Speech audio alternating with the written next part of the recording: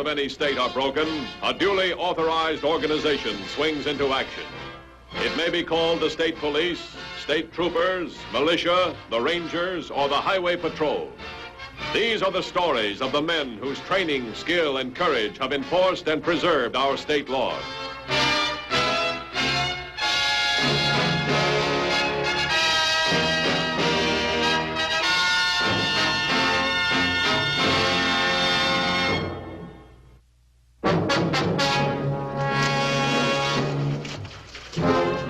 Among the most dangerous and unpredictable criminals with which law enforcement agencies must contend is the arsonist.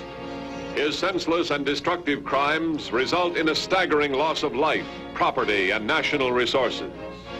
On August 15th, the Highway Patrol was asked to cooperate in an effort to apprehend a dangerous arsonist.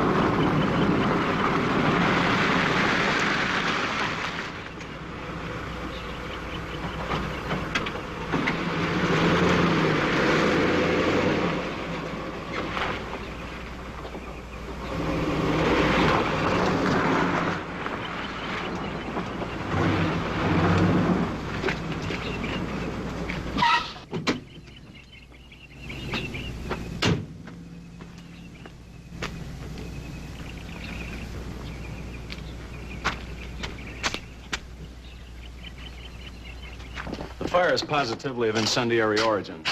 Start on the receiving dock, which sets on a concrete foundation about 11 inches from the earth. Here's a sample of earth we dug from under the platform. Smell it. Gasoline? Yeah. There's nothing but a rough board floor on the receiving dock, and some of the inflammable leaked through and dropped onto the earth under the platform. The inflammable that leaked into the ground doesn't burn, and actually tells us many things about the arsonist. Oh, what things? Well, an arsonist has an M.O., same as any other criminal. Yeah, we know that. Well, by finding out where a fire started and how it started, we can usually tell who might have started it. Well, you got any clues on this one? Yeah, it could have been one of several known arsonists. The inflammable was apparently poured in a good-sized circle, just about the distance that could be covered with 5 gallons of liquid fuel. I can give you the names of several people in this part of the state who have been arrested and convicted of setting a fire in just this manner. All right, let's have them. Take them down, kid. One man is about 50, married, and has 4 children. His name is Gerald Harter. H-A-R-T-E-R? Right. Then there's Jod Patterson. He was caught in the act of setting this type of fire by a watchman. Jod Patterson. Another is Shakes McDowell, but he may still be in prison. You'll have to check. We need everything we can get on these guys. Now check with the office. They'll fill you in. Thanks very much. Come on, Ken, let's go.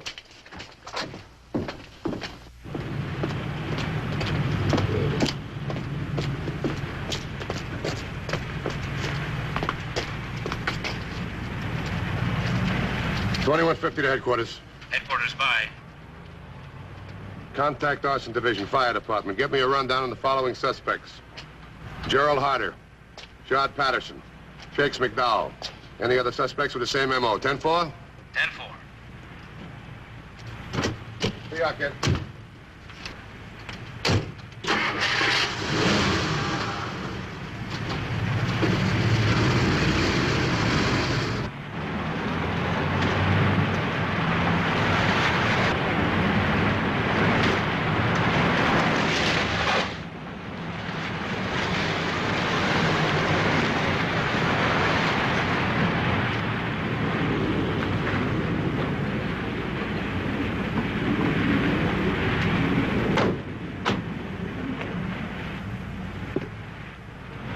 I'm looking for Mr. Harder. I'm Harder. I'm Matthews, Highway Patrol. This is Sergeant Williams. Yes, Mr. Matthews. I suppose you know there was a $100,000 fire at the annex this morning. Fire? It's a terrible thing. Where were you this morning, Mr. Harder? I understand why you came here to talk with me. Seems back in my distant past someplace, I got all mixed up with things like starting fires. Or maybe it would be good to say, I'm just mixed up. Well, that's not quite the answer we need, Mr. Harder. The question is, where were you this morning? I was home, Sergeant. Left there before I came to work. As a matter of fact, I was a few minutes late. First time since I've been on this job. Tell me something. Anybody else vouch for this outside of your family? As a matter of fact, yes. My wife and I have been taking care of my son's baby. About 6 o'clock this morning, he picked up a right sharp coughing spell. I suppose you sent for the doctor. Sure did. And he took care of the youngster okay, but he didn't leave until after 8 o'clock. I was with him every minute. He had breakfast with us. Check that, Ken. What's your phone number? Maine 468.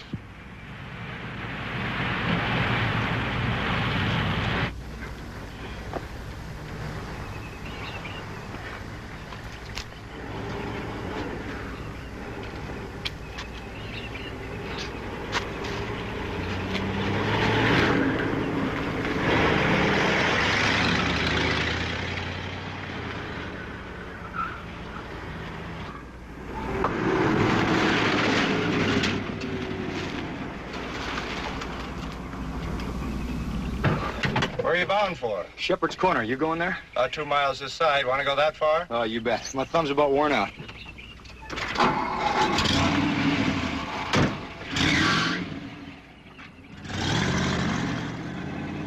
I suppose every grandfather talks like this, but that kid is sure cute. Sure had me scared this morning. You got any grandchildren, Mr. Matthews? Well, you see, It all checks out. Mrs. Harder, the baby, and the doctor. that's all we need, Mr. Harder. Thanks very much. Don't mention it. Mr. Matthews, What? if somebody did set that fire, I sure hope you get him. So do a lot of other people. You know, this is one time I'm kind of glad the suspect had a substantial alibi. Yeah, I know what you mean. Who's next on the list? Judd Patterson, 224 Myrtle Street. What are we waiting for?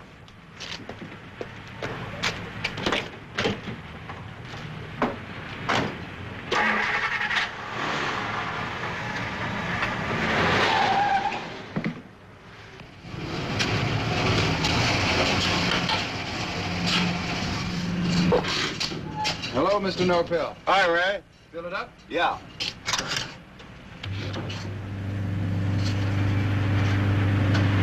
Got family in Shepherd's Corner? No, guy I knew in the service lives there. At least I hope he does. Where are you from? I just got out of the service myself. Been here and there, wherever the commanding general thought I was needed most. No family? I got a sister somewhere, but we don't get along. My mother died when I was 4 years old. My dad passed on while I was in the service. Mrs. Patterson, when did you see your son last? Yesterday, at noon, he was home for lunch. Mr. Matthews, you don't think Jod set that awful fire, do you? Tell me, does he do this very often? Does he stay out all night and part of the next day? No, he doesn't. Do you have any idea where he might be now? He said he might go up north and try to find work. He hasn't been able to get work around here since he was released from that institution about 4 months ago. I'm sure Jod had nothing to do with that fire. I don't think it would be fair to blame that fire on Jod. Mrs. Patterson, we didn't say he started it. We just want to be sure he didn't. I know. You're doing what you think is right. As soon as he comes back, I'll let you know.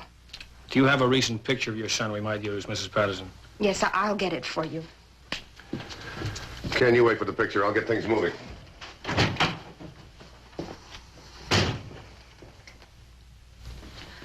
This is Jod. I'm sure that you'll find that he didn't set that fire.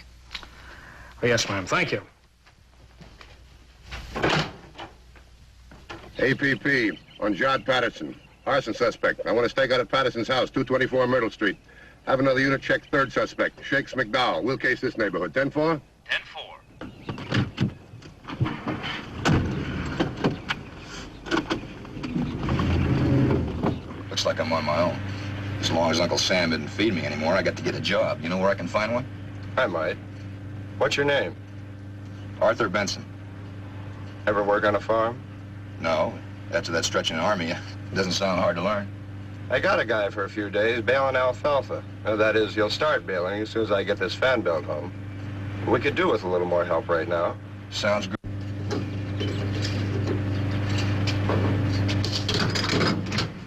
Is that all, Mr. Nopel? Just put it in the account? Yeah, thanks a lot, Ray. Anytime.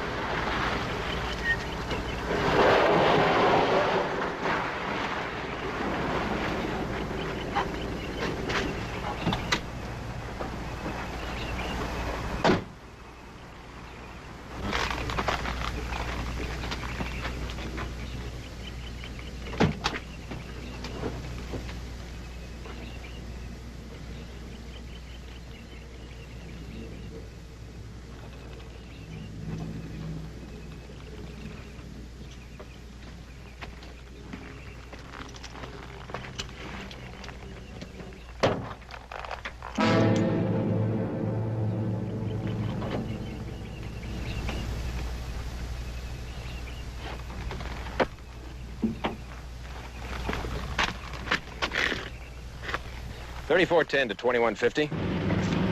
$21.50 by. I just located the stolen car on this morning's hot sheet. I found evidence of an inflammable in the trunk. What's your 1020? Linden Road, off Highway 81, 12 miles from Shepherd's Corner. Send me a tow car and I'll bring it in. 10-4? We're on our way. 10-4?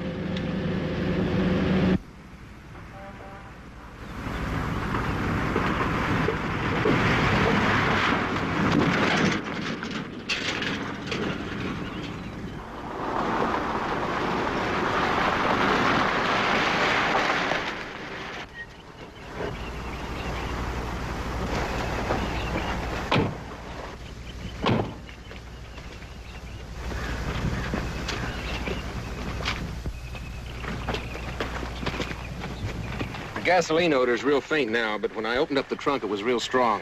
Look, here's some marks. Could have been a 5-gallon can. He must have thrown it away somewhere between the fire and here. Well, we got an abandoned car, a missing arsonist, a 5-gallon can, and a warehouse fire. What's the total? Judd Patterson, or at least his M.O. Well, one thing's for sure, he's a suspect. Figuring the time it must have taken him to get here and ditch the car, he can't be too far away. Well, he might have hitchhiked a ride with somebody. Yeah, unless he did have another car stashed somewhere. You think you'd figure things that far ahead? I'll take it easy. These guys are pretty smart. They put up a good front. Good enough to fool the average citizen. Well, if he does have another car, the roadblock should pick him up. Yeah, well, come on, let's go.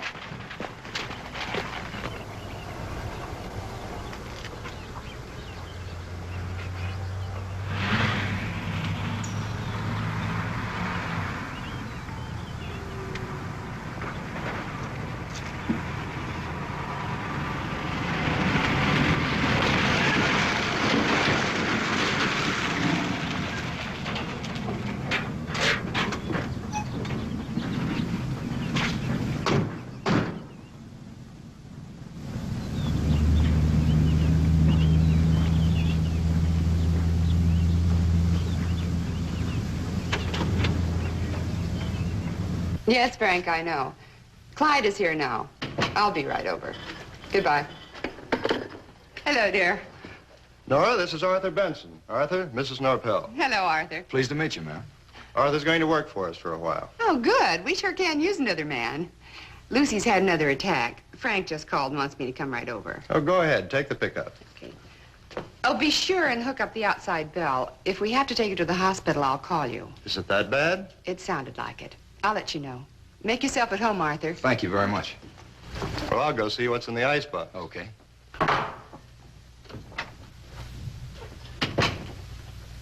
10-4. Well, that's a good alibi.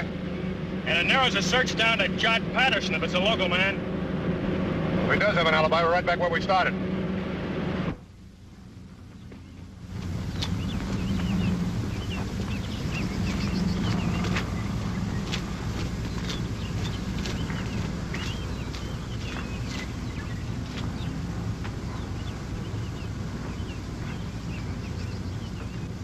We do most of our business in alfalfa. Why don't you take it easy? Look around and get acquainted with the place while I take this fan belt out to David. Okay. Oh, and watch the phone, will you? I'll be right back.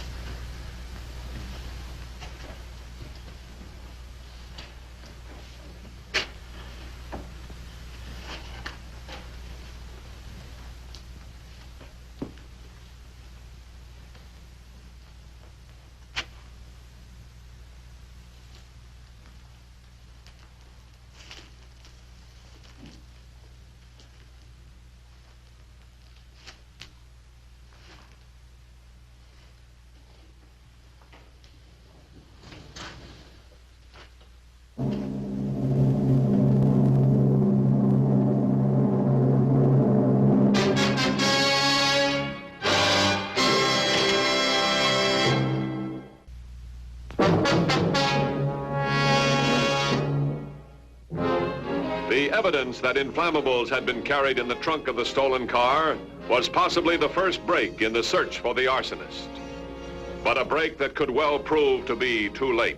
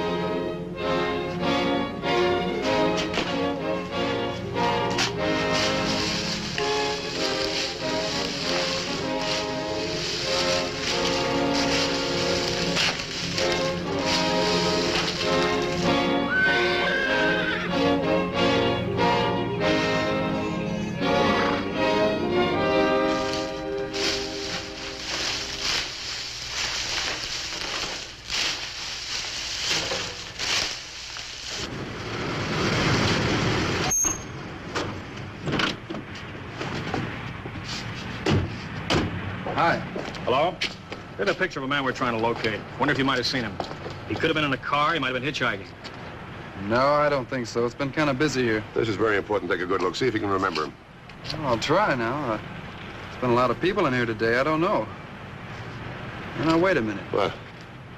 Yes, sir, that fellow was in today. Now, let me see. Who was he with? How long ago, do you remember? I couldn't rightly say. Tell me, was he alone or was he driving with somebody else or what? Oh, I'm trying to think. I got it. He came in with Clyde Norpel in Mr. Norpel's pickup truck, and I filled it up with gas, and they sat there and talked. Where's Norpel live? He lives on a farm about 2 miles this side of Shepherd's Corner. What's his phone number, you know? I think so. He's got a charge account here. Let's see. Norpel, Citrus 412. Thanks. What'd he do? Well, we just want to question him. How long ago was that?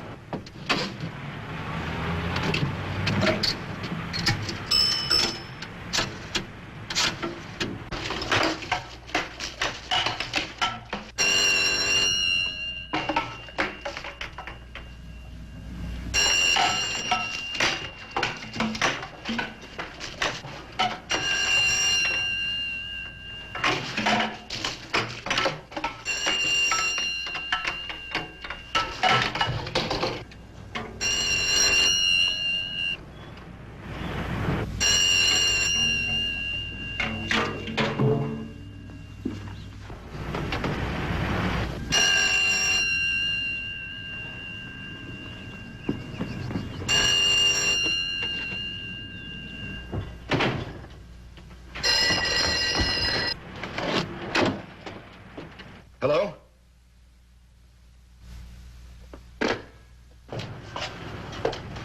How do you get to Norpel's place? So you go straight ahead about 4 miles, you come to a dirt road near an orange grove, and you make that turn, you'll be in Norpel's place about 2 minutes. Thanks very much. All right.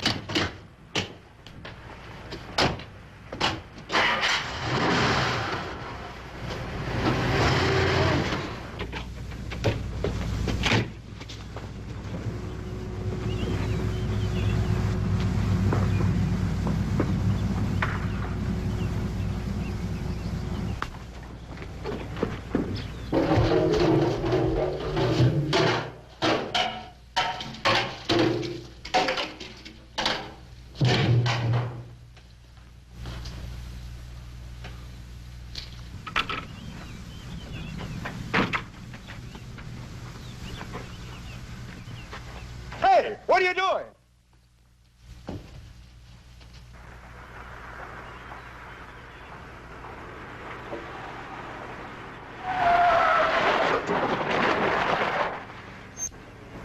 You think this is it? Well, we haven't traveled 4 miles yet. The service station guy said it was over 4 miles. Well, this fits the description of turnoff. Maybe we ought to go ahead. Yeah, we'll try it. If we don't hit Norpel's place in a couple of minutes, you call headquarters. Have another unit cover the other road.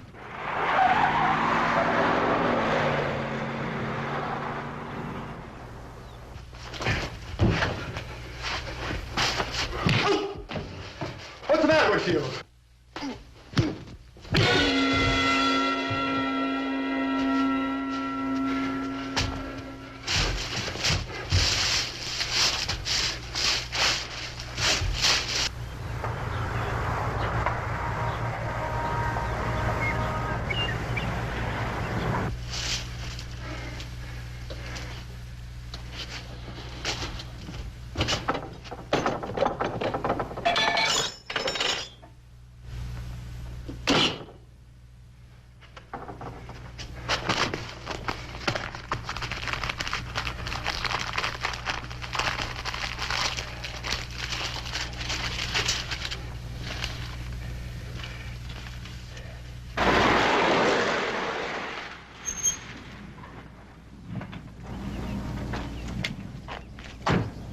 Looks deserted. Check the barn. I'll take the house.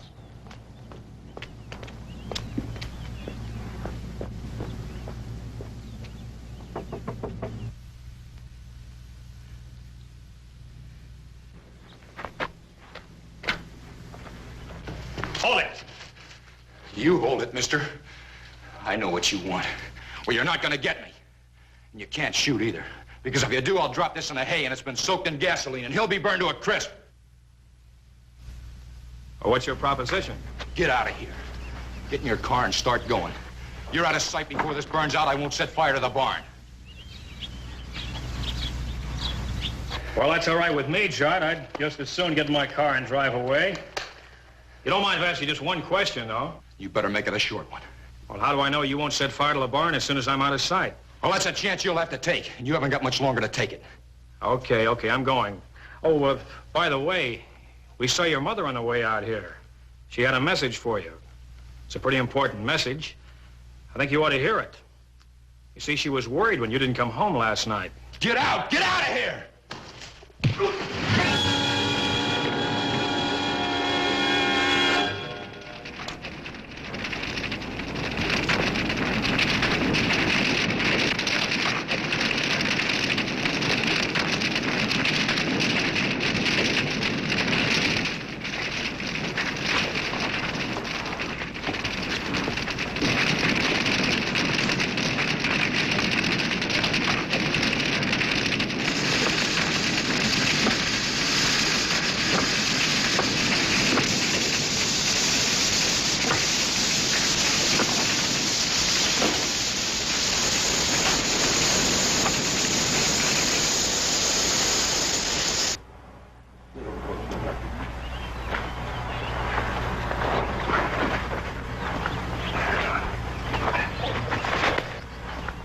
You all right?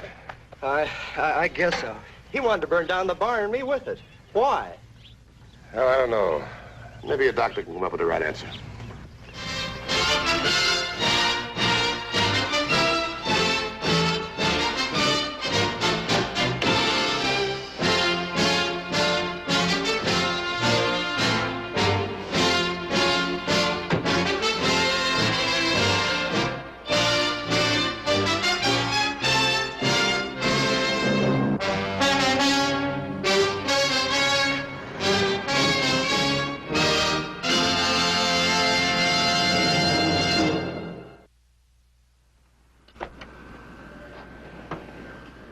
See Highway Patrol again next week. Until then, remember, it isn't what you drive, but how you drive that counts. This is Broderick Crawford saying, see you next week.